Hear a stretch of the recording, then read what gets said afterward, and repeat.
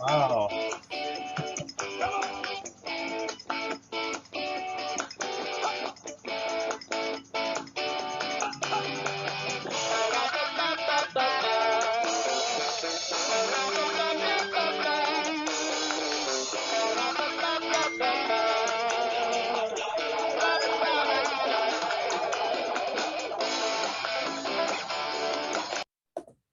Hey, welcome everybody to another episode of Think with a Drink. This is the weekly webinar series brought to you by the ARIES Foundation for Financial Education. And tonight we're doing retirement plans for the self-employed. It's a gig economy, the great resignation, right? So we're doing what can you do if you're self-employed for a retirement plan.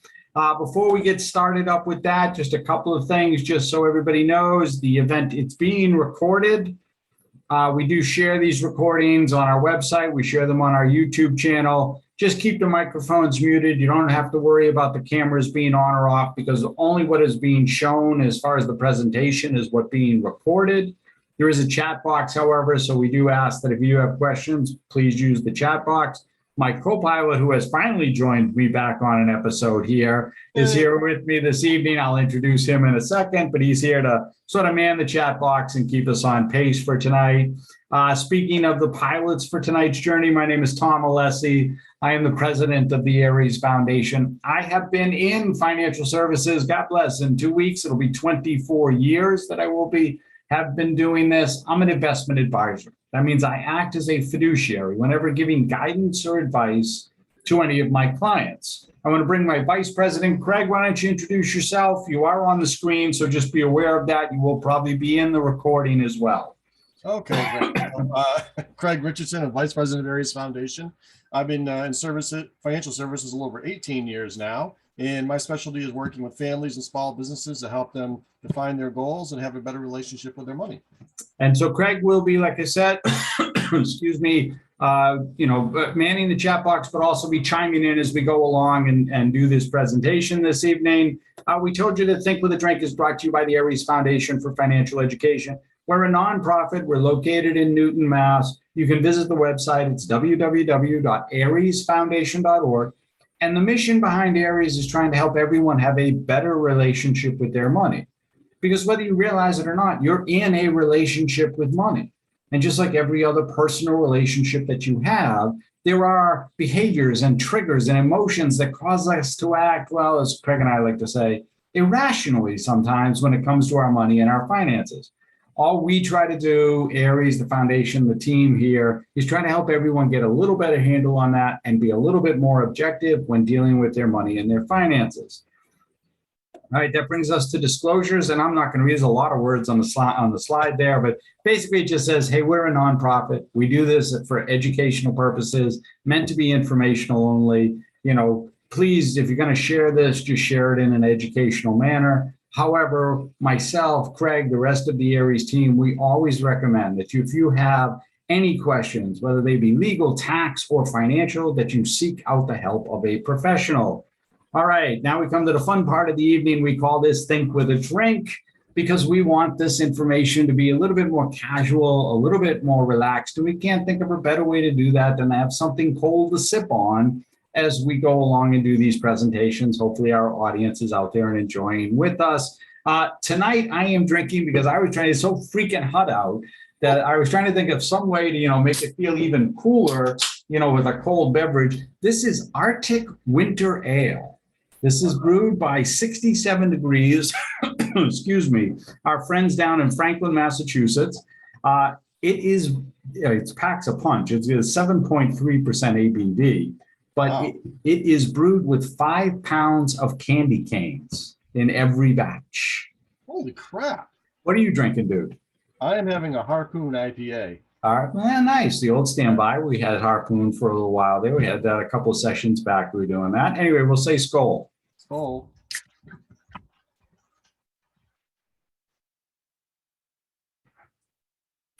All right, maybe a little bit with the little, I don't taste a lot of peppermint there.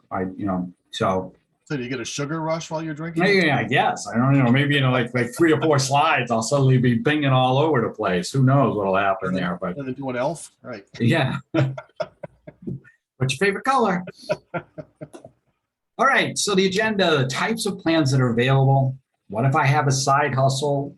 Setting up a system to deal with this. So these are some of the things that we're going to be touching on as far as going over this.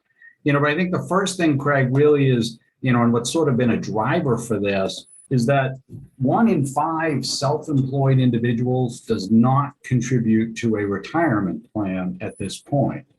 And I think there's sort of a couple of reasons for that. Like one just might be the lack of understanding of what plans might be available. Right, do you think? I'm asking you a question. Can't nod your head there, dude. You got to say something. Well, I think you broke up a lot. I didn't hear the whole question. Oh, I'm sorry. It's probably because I tried to take a drink. So I was just saying is basically, do you, the idea is that I think part of that is that they just don't know what plans or options might be available to them. Yeah, I think a lot of people who start their own businesses are good at something, whether that's building something or selling something or whatever their expertise is. And they don't necessarily always understand all the financial stuff that goes behind it. And so retirement plans can seem a little daunting for somebody who's starting their own business as to, can I afford it? What does it mean? How does it work? And so it can kind of get backburnered while they're trying to get the business off the ground, I think. And I think the other side is even for those who have plans set up, the majority of them don't take advantage of maximum contribution to it. And I think that goes more to the point of the system or a plan in place on how to fund it. I mean, most of the time we deal with a lot of independent contractors, right? A lot of times what ends up happening is they sit down with the accountant who says, oh, by the way, you should put, 20 grand into the plan, and they don't have 20 grand to do that. So, it might be just something as simple as setting a reminder come October for, hey, I should make a contribution right now, and then December, I should make a contribution if you're not doing something that's systematic, right? Yeah, I think it depends on the type of business that you have and the size of the business. But I think a lot of people look at, well, I'm not going to put in my retirement account because I'm putting my money back into my business. Yep. Fortunately, it becomes a catch-22 because eventually you want to maybe get out of the business and retire and you haven't saved for it. Or now you counted on selling the business and maybe, it's not worth what you're hoping for. So you really want to plan on both contingencies.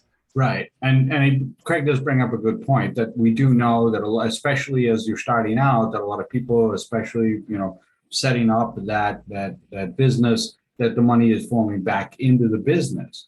But we're talking about once that's been established, once we start to get some, tread, some, whatever you want to call it, thank you, traction. That's the word I was thinking of, traction. You're the one drinking the winter drink. You should be all about traction. Yeah, I know. That's you. I'm not getting that full chill yet. I'm waiting for that full chill. Maybe that'll be the sugar rush. But once you get that traction going, that's where the conversation, because not only, as Craig said, are you talking about planning for the future, right? That end goal, but we're also talking about tax deferral strategies. We're talking about reducing the tax bite on your current overhead at the same time. So these are strategies that really need to be thought about and looked at from that perspective. And Craig, I don't think enough people really think of that lowering the tax thing until it's too late. Like I said, when you're sitting down with the accountant type of thing. Yeah, absolutely. That's why a lot of times the accountant will at that point say, you know what, we should stuff some money into your retirement account because we want to get your taxable base down.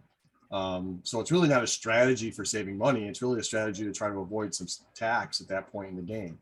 Right. And that's why it doesn't continue. That's why you have a set up plan for regular contributions throughout the year. Yeah. And that's one of the important things. We'll touch on that in a little bit. But so let's look at some of the plans that are available, right? So first one is the individual retirement account, otherwise known as an IRA, right? Everybody knows IRA, but an IRA is something that you can contribute to if you are under age 50, right? You can contribute $6,000 in 2022. That number didn't change from last year. If you are turning 50 or over age 50 in this year, you can add an additional $1,000. So maximum contribution can be $7,000, So it's not a lot of money, but it's certainly an option for somebody maybe, and we'll talk about with the gig economy and what you can do and so on, and that is part of it that, this conversation does come up. If you are earning and have access to an employer plan, there is a limitation about who can contribute and actually take the deduction on it. So if you're single and you make more than $68,000 and you have access to an employer plan, you cannot, there's a limitation that, there is some, but that's sort of where that fall off point starts, that you can no longer take a deduction. It's not a maximum, it's a partial thing. It goes out to about 78,000 or so, but just know that if you make more than 68,000 and you have access to an employer plan, or you are contributing to that plan, that you can't take the deduction. So if you're putting that money through the employer plan, you still get the deductions up to the full. We'll talk about the employer plans, yes, in a second. This is just talking about IRA. If you're married filing jointly, that number is 109,000. Again, it goes up to 129 to, where you can't take any deduction. At 109, it starts as a partial deduction. So some of that benefit goes away if you're making more money, is what you're saying. So you can't take the deduction. But you're not getting the deduction. So you might as well look at doing a Roth at that point if that's the case. Or something else. Well, the Roth, you have limitations on, depending on how much you're earning, whether or not you can actually participate in that. I'm just saying that for somebody who's self-employed, who doesn't have, right, we're talking about self-employed now, fully a solopreneur or 1099 contract employee, that if you don't have access to any plan, you can at least do the IRA. And you can get the full deduction regardless of how much you make. You do regardless of how much you make, because it's there. But we'll get into the other plans now in terms of what, if you really want to take advantage and be putting some money away and lowering that tax bite dramatically, and so the next plan that we walk into is called the Simplified Employee Pension Account, otherwise known as a SEP IRA. I always say to people just to, think of it as self-employed person. It's the same idea, simplified employee pension. But if you think of it as self-employed person, IRA, that's SEP. It's a nice way to be thinking about it. So limitation with the SEP is the lower of 25%. I'm not sure if I say this the right way. 25% of employee pay or $61,000. So the cap is 61 if you just follow it, right? So if if you're making more than $300,000 type of thing, the maximum you can put into the plan is 61,000. Wow. So this is far higher than an employer plan where you're limited to what, 27,000 with the catch up? Well, that comes later, dude. What are you're jumping the gun on me. Let's stay focused in the SEP right now, right? So we're at the SEP. Sorry, wait, a squirrel. Hang on. Yeah, where are you going? You're staying within the SEP, right? So here's the thing. But if it's 100,000, the max cap is 25. Wow. Okay. 25%. So it depends on what you have for earnings. Now, here's the whole thing with this. As if you have employees, your employees cannot contribute to a SEP. You, as the employer, have to contribute on their behalf. There are some limitations about who you can carve out and how long and that type of thing. But essentially, you have to make the same contribution for them that you make for yourself, i.e. the same percentage. Gotcha. So if I'm paying somebody 40 grand a year and I'm making 200, I'm doing the 25% in. I got to put 10 grand in on their behalf. I got to contribute 25% for them. So same deal works. So a lot of times this is great for somebody who's self-employed. That's why I said think of it more as the self-employed person type of plan versus somebody with an employee. Now, if you have an employee and you are putting that money in for them, are they immediately vested, the employee? 100%. Wow, from day one. From day one. There's no carve out or vesting or any of that stuff. 100%. Okay. Which slides us into the next plan, which is the Savings Incentive Matching Plan for Employees, otherwise known as a simple IRA, right? So the simple IRA, this is set up more for an employer with employees. This is where you would turn. Instead of doing the SEP, you might turn to the simple.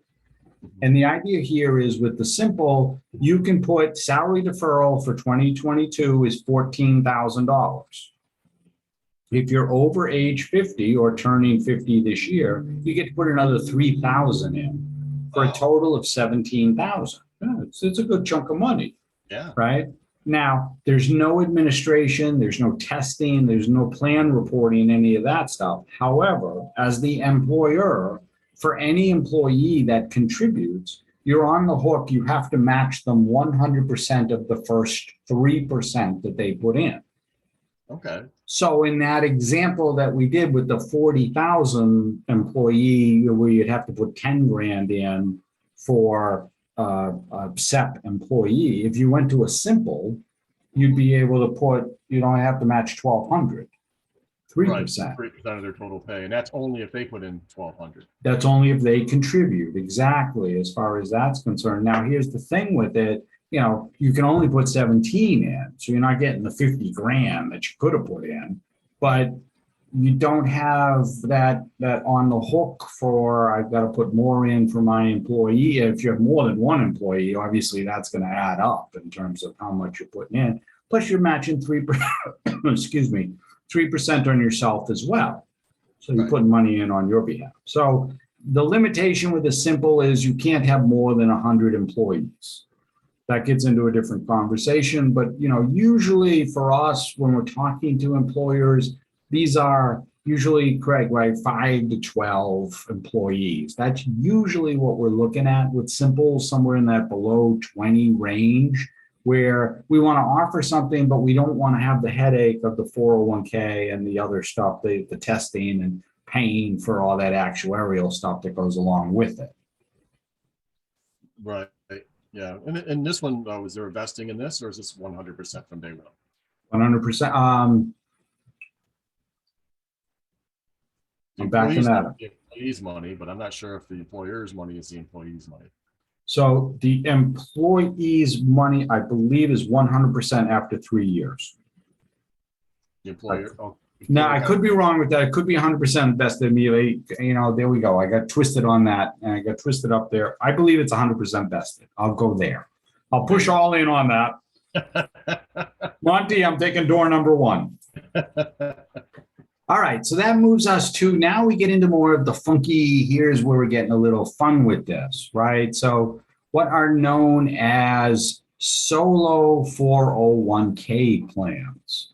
Now they all have cute little names, Unik and Solo K and Single K, like, all the different providers out there have cute, yeah, they all have fun little names with them, right? But the whole thing here is these have these same rules as a regular traditional 401k plan. So as Craig had mentioned, right, so the salary deferral for 2022 is $19,500. If you have, or you're 50 or turning 50 this year or over age 50, you can put an additional 6,500 in, right? So that gets you that 27,000. However, Craig, the limitation is still $61,000. Oh, wow. So because you can do profit share and matching and all this other stuff to get up to, and actually if you're over 50, the adds the 6,500 catch up onto it. So it's actually 67,500 for somebody who's over age 50 can put into a solo cat. Okay. Here's the catch. You can't have employees. Only for an individual. Only for an individual or husband and wife. Like if your wife is a partner in the business type of thing or an employee, family members are okay. Employees are not, because then you're being in a traditional 401k. So you can't have employees with a solo or, or Unik or whatever, the Solo K, whatever you want to call it, plan. So you can't do this with a business partner who isn't a direct relative. That's what you're saying. I believe that is the case. I know there was some back and forth with that at one point about whether or not the partnership would do it, but my understanding is that doesn't fit either, right? It's it's meant really for just individual owners, or like I said, if it's a spouse, as far as going through that. Okay. Okay. Now you do run into the same rules as a traditional 401k, which means that there is reporting, there is actuarial, there's administration cost that goes along with it. But it's not to the extent that a full 401k does. It's more of a 5500 EZ, as they call it, from reporting. So it's not the same cost. You do still have some administration cost that goes along with it.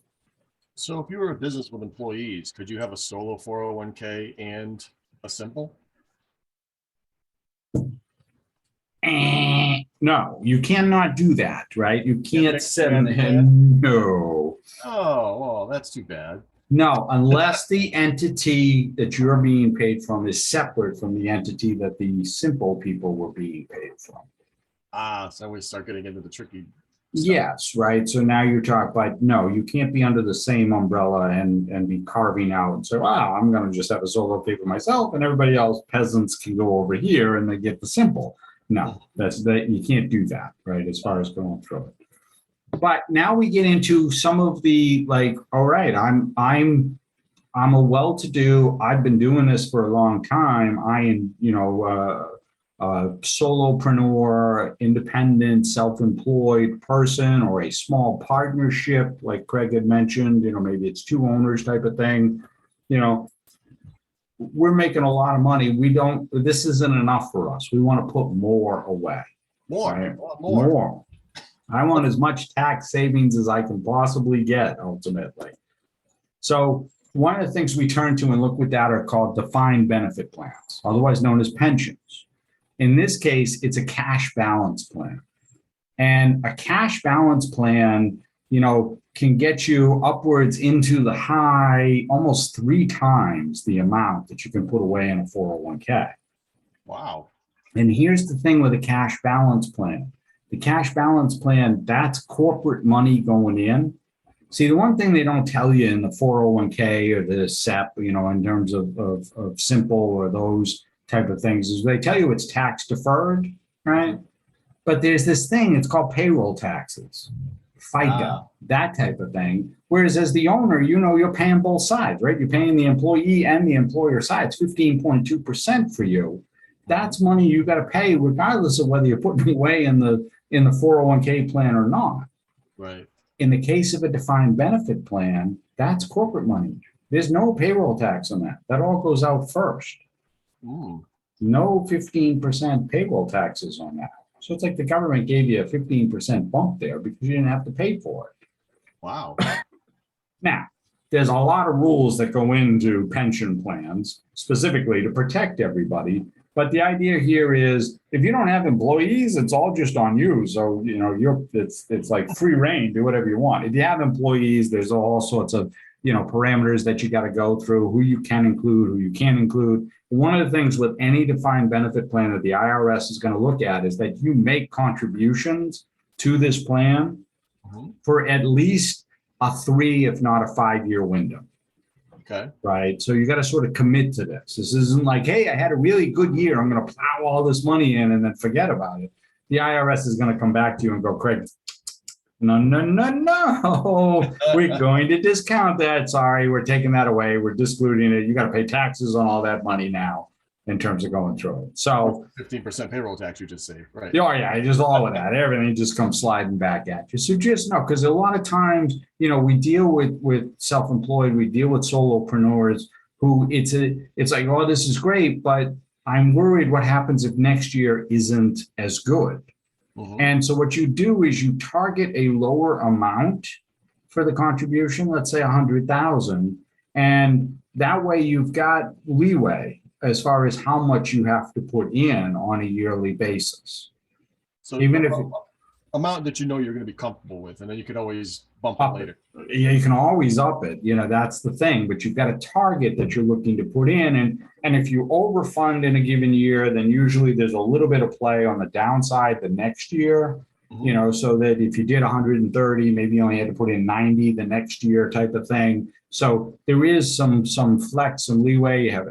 but there's cost to this. There's actuarial, because you got to make sure, and you got a company that's going to look at that and go through it. What's known as a third party administrator for everybody out there, just who's overseeing and who's looking at it, right? So it's definitely a point for somebody who's making a lot of dough, who's an independent contractor, self-employed, solopreneur, whatever, or a small, you can see the services that are on there that use this, that it's definitely a viable option to a 401k, because you're not getting the same bang. You're not being able to put away the same amount of money. And so when does the employee pay the taxes on the defined benefit plan? The employee pays it when the money comes out. It's a pension. So it's put in by the employer and it comes out as a pension to the employee, and they only pay taxes when they draw the money. Correct. Just like a regular pension. It is a pension. And is it subject to RMDs? So it's it's a pension. The pension election has to be taken at a certain time. Usually that's age 65. Oh, okay. So you're under that threshold anyway. Correct. Right. And then once you start the pension, it's a payout, because then it's all right, I'm getting paid on this. So you can move it. There are ways. The cash balance plan is a little bit more flexible. You can do a lump sum, like you retired. Let's say you left the company at 62. Yep. You can then transfer it to an IRA, and then it's an IRA. It's governed by IRA rules, and you don't have to touch it until you're 72 right now. Okay. Yeah. Wow. Yeah, so that's great. Like you said, if you have a corporation, especially if you own the corporation and you're now saving yourself the payroll tax. Oh yeah. Right, but see, corporation, you got to be clear with that. You don't want to have too many employees, because then you're becoming like a regular pension, and now you're on the hook for all the crazy actuarial remuneration for everybody. More so to the you do this with an S corp as opposed to just a C corp. Well, small group, right? Maybe like they show you like dental practice, right? Maybe two dentists, right. Yeah, like maybe it's 6 or 8 employees total. And then you can carve out who gets to participate in it. And you can put a 401k along with it. That's the option, you put a profit sharing plan along with it is what you do. And you give them a small profit sharing contribution, and you and your partner get to plow a ton in, and you bring somebody else along with you that's getting, maybe you have an office manager or somebody like that you want to take care of, and everybody else gets the profit share. So would this be kind of similar to like a top hat plan for executives? Yeah, similar, but you can carve out in that situation, right? As far as dealing with that. And which brings us to the next one, which gets really, really funky. And this one gets very hard to try to like grasp the brain around. It's called a 412E3. It is a defined benefit plan. The percentage is much higher. It's 100% of salary, or 219,000 for 2022 as the cap, right? So if you're making big bucks, sometimes this is the thing to be looking at, because the way this works is what you're purchasing here, instead of investments like you're used to in a 401k, like mutual funds or ETFs or that type of thing, what you're purchasing here is life insurance and annuities. Guaranteed products, basically, because what you want is to have this, I'm plowing as much in, I'm trying to get, 3 million, 4 million, whatever the number is when I turn 65. So this is going to allow me to plow as much in as I want. If you were age 50, that number that I gave you, which is 219,000, that's if you were 50 this year. Okay. That's how much you could contribute. So it would allow you to use qualified money to buy life insurance for yourself inside this plan? Mm-hmm. Yes. And that's a good thing, because the government's paying a piece of the insurance premium now. The government's paying for it. Again, it's a pension, so there's no FICA, there's no payroll tax to it. Right. If you die, whoever you've named as the beneficiary is going to get the money from the payout on it. Mm-hmm. And then who owns the policy? You do. Oh, so the corporation doesn't own the policy, you do, and it's funded with corporate dollars? Right. Wow. Yeah. That's a big win-win. Yeah, and then and the annuity is the same way. It's basically you use a fixed annuity, the idea here, not to drain everybody in terms of annuities, but a fixed annuity is just something that's basically paying a certain percentage. And what you want is the lowest percentage that you can get for a fixed number, because it means you can pour more money in. Because you've got this end note that you're trying to get to. So it says I can build up as much as I possibly want. Now, there's a lot of rules. In this case, you absolutely have to be making those contributions on an annual basis. Like Craig just said, especially if you've got life insurance as part of this plan, well, you got to make sure you're paying the premium.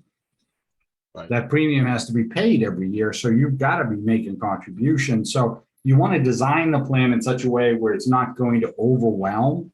And, back, God bless, almost 20 years ago now, like the late 90s, early 2000s, there was a lot of trouble with these. They used to be called 412Is, for anybody who's still around that might remember that, where they were doing 100% into life insurance, which was, right? Yeah, no. The IRS said, wait a minute.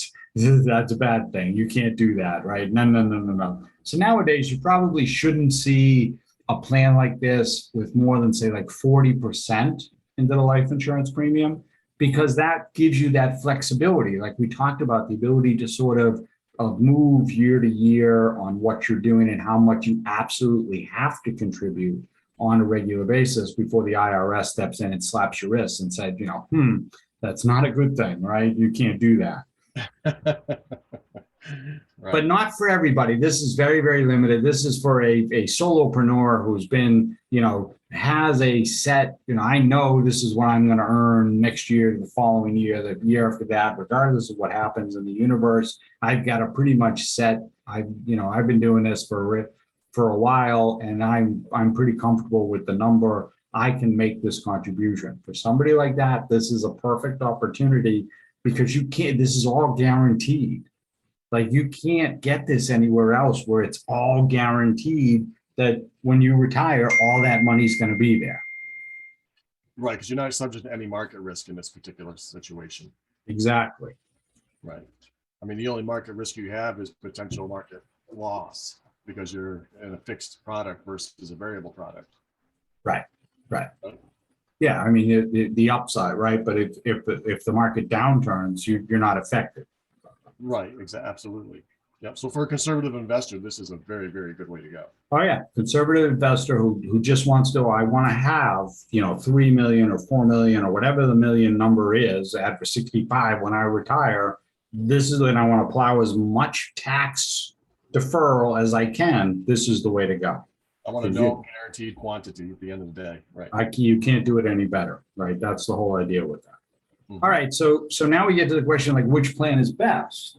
So we sort of went through that a little bit, right, Craig, in terms of what's there. But, for most self-employed solopreneurs, the SEP is usually the best option. 25% of whatever your income is. You don't really have a lot of administration, you don't really have any worries. And if you don't have employees because you're a solopreneur, then it's fairly simple and there's not a lot of headache. And this is what I just have to have a plan to put that in place. Right. But if you want to do more than 25% of your income, let's say it's a second income, you're a real estate broker and you're not dependent on the income because your husband or wife does something else, then you may want to look at the 412E3 or some other. Right. Like a defined by like the cash balance, if you're trying to plow most of it away or all of it away, that type of thing.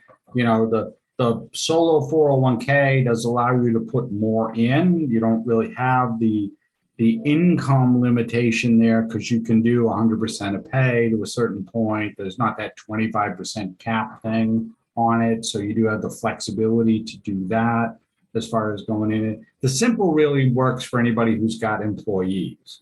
That's more to the point, right? So if you've got employees or have people that are working with you or for you, not other independent contractors, they're off the books. So you don't have to worry about them. They got to set their own plan up, right? Now, a lot of times, though, people will start off with one type of plan, and as their business grows or things change, do they sometimes go to a different type of plan? Right. So that's That's the idea where, all right, I have a SEP, but now I'm bringing on employees. We do this a lot with independent contractors who suddenly find themselves hiring people. And now it's like, wait a minute, I don't want to be making a contribution on behalf of these other people. I'm okay with contributing a match to them, but I don't want to be giving them 25% of whatever I'm paying them. So we'll freeze the SEP and start a simple. So sort of make that trend. So you shouldn't be afraid to not start a plan because you're worried it's going to change later and this one won't suit your needs anymore, because you can always stop and start another plan. Absolutely. Absolutely that is the case. And then one of the questions that we get, a lot really is, hey, if I'm working, I've got an employer plan, but I've got a side hustle. I've got my gig, whatever you want to call that, the gig economy, the other thing. Can I contribute to both? And again, the answer is yes, within the limitation, right? So one thing is they're separate. So we're taking that you're employed somewhere and you have access to your employer's 401k and you're making contributions there. Now I've got a side hustle, right? I've got my side gig and I'm making money at my side gig. Can I open a SEP IRA for my side gig and put money away to the SEP there? The answer is yes. Again, with those limitations that I gave you earlier, that you've only got a certain amount that you can earn. Right. The IRA limits again in terms of dealing with that. So that may be where you might want to look at the defined pension plan, because it's paid by corporate dollars, not your dollars. So you're not subject to those limitations as far as the 401k contributions go. Right, because then you might be saying, well, gee, I don't really, now I suddenly realize it just took off. Like I started making money at this side gig, like without thinking about it. And now I've got this money coming in and I'm okay that I'd like to put most or all of that away. Can I do it in such a way where I can thread that over? So there's conversations to that. The idea here is that there's flexibility, as Craig said. Don't let it like freeze you in terms of, oh wait, what if I do this? Just know with those defined benefit plans, though, you do have to sort of put that, again, that 3 to 5 year, you've got to be making those contributions. So it sounds to me like what we're talking about here is, there's really a retirement plan toolbox. There's all these different retirement plan tools you can use, and you really want to work with your advisor or your accountant to figure out what's going to be the best situation, or even a combination of these things for your particular situation. Yeah, and in the case of that's a very good point, is actually both. Right. We, for us, we always say and suggest that you bring the accountant in with the advisor in terms of the conversation to say, hey, what makes sense here? What are we trying to do? And does it make sense? I had this conversation with a client today, in fact, where it was talking about, trying to add somebody on, a family member, into the simple plan. And I'm like, well, how much benefit are we really getting for what it's going to cost you? Right, if you got to add them to payroll and add them to workers' comp and add them into taxes and everything else, like are we really netting any benefit here from doing this? And that's where you bring the accountant in to say, does it physically make sense to do that? Right, would you almost be better off giving them a raise and letting them put the money in their own IRA at that point, right? Right, or just making a spousal contribution if it's a spouse type of thing. Like you can always do that if the spouse isn't working. So, what, for the amount that's the difference, like what's the point? Like, are you really getting any benefit from it in terms of going through that? So let the math geeks do the math for you is what you're saying. Well, there's certainly the tax professionals. Like we said, ARIES will always tell you if you have questions regarding taxes, legal or financial, always seek out the help of a professional. Absolutely. All right. So, for us at ARIES, what we always try to do for everybody is try to help them sort of have that clear vision of where do they want to get? Like, what are you trying to achieve? As Craig said, there's a lot here in the toolbox. What makes sense for you, or what's the best fit for you? And that's ultimately what we try to do. Try to help everybody sort of see that and set up that plan or that system, that way of making it fit, right? In terms of going through that. And, one of the things we make available to everybody is what we call the roadmap to financial awesomeness, right? This is a visual tool that will show you just quickly in a visual format where you're at. Right? Craig and I then work with you and figure out where you're trying to get to, what's involved in all those pieces, but it shows you, here's all the pieces that I have in my financial world, or what might be missing, right, Craig, in terms of my financial world, right, in terms of dealing with that? Your whole financial life on one page, what's missing, what's there, what you need to fill in, what you don't, all that, and it's visual. So it's fantastic because it's not like doing a 50-page report, trying to read through, deltas and alphas and all that kind of, it's all Right. on one page and it tells you, here's what we should be looking at. Yep. Yeah, it's and so for anybody out there who, you can always reach out to us. You can drop yes in the chat box, but you can always reach out to us. We're happy to go through it with you. And it's really a fairly simple and easy system to get you started and get you set up. And, from a visual standpoint, most of us are visual learners, at least I am, in terms of dealing with everything. It makes it so much easier to see everything. This is Craig and I in our more formal attire. Those are TB12 jerseys. They are Patriots. They don't say Brady on the back. They're custom to us. We wear them when we're out and about, and we do a lot, in terms of the community and giving back and that type of thing. We don't know what's going to happen. We're waiting for him to retire. I guess Gronk just retired again. So we'll see what happens, how long this goes, back and forth here. But as long as he's still playing, he's the greatest of all time, we're going to keep wearing the jerseys. That's our excuse, and we're sticking to it. What's on tap? So we keep the Think with a Drink going, right? So next week we are going to do, is 529 the only way to save for college? Because that's the question, a lot of times people say, oh, college savings, I'm going to open a 529. But is it the most effective or most efficient way to be saving for college? And then on 8/4, we're doing the ABCs of Medicare. God bless that. The stock market has their own alphabet stock, but as far as Medicare is concerned, they've been using an alphabet for a long period of time, and it's very, very confusing. The alphabet soup of Medicare. I love it. Yeah. Craig, any questions in the chat box? I have no questions in the chat box at this time. Okay. If you ever do have questions, you can reach out to us. You can either go to the website, that's www.ariesfoundation.org. Like I said, you can check out the titles, go to our YouTube channel, see our library of Think with the Drinks that we've done. Or if you do have any specific questions, you can reach out to us directly. It's info@ariesfoundation.org. And I'm going to say on that note, everybody have a great evening, and, God bless. Try to stay cool.